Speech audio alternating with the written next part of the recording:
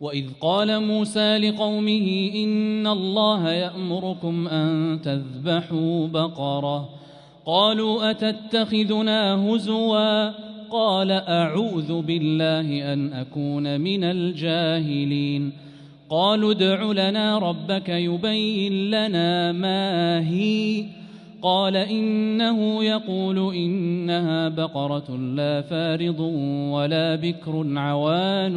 بين ذلك فافعلوا ما تؤمرون قالوا ادع لنا ربك يبين لنا ما لونها قال إنه يقول إنها بقرة صفراء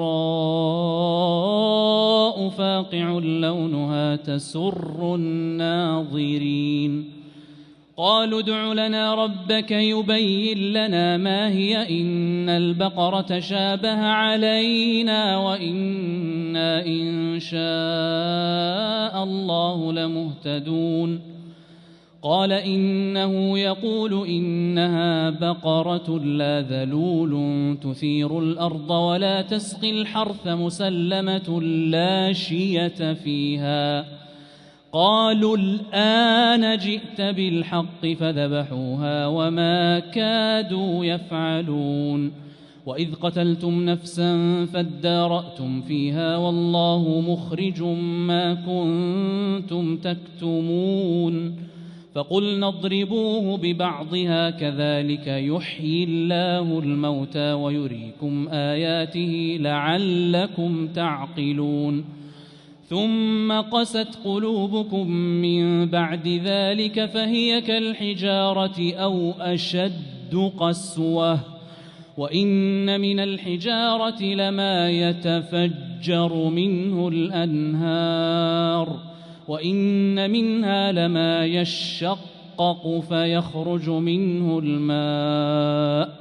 وإن منها لما يهبط من خشية الله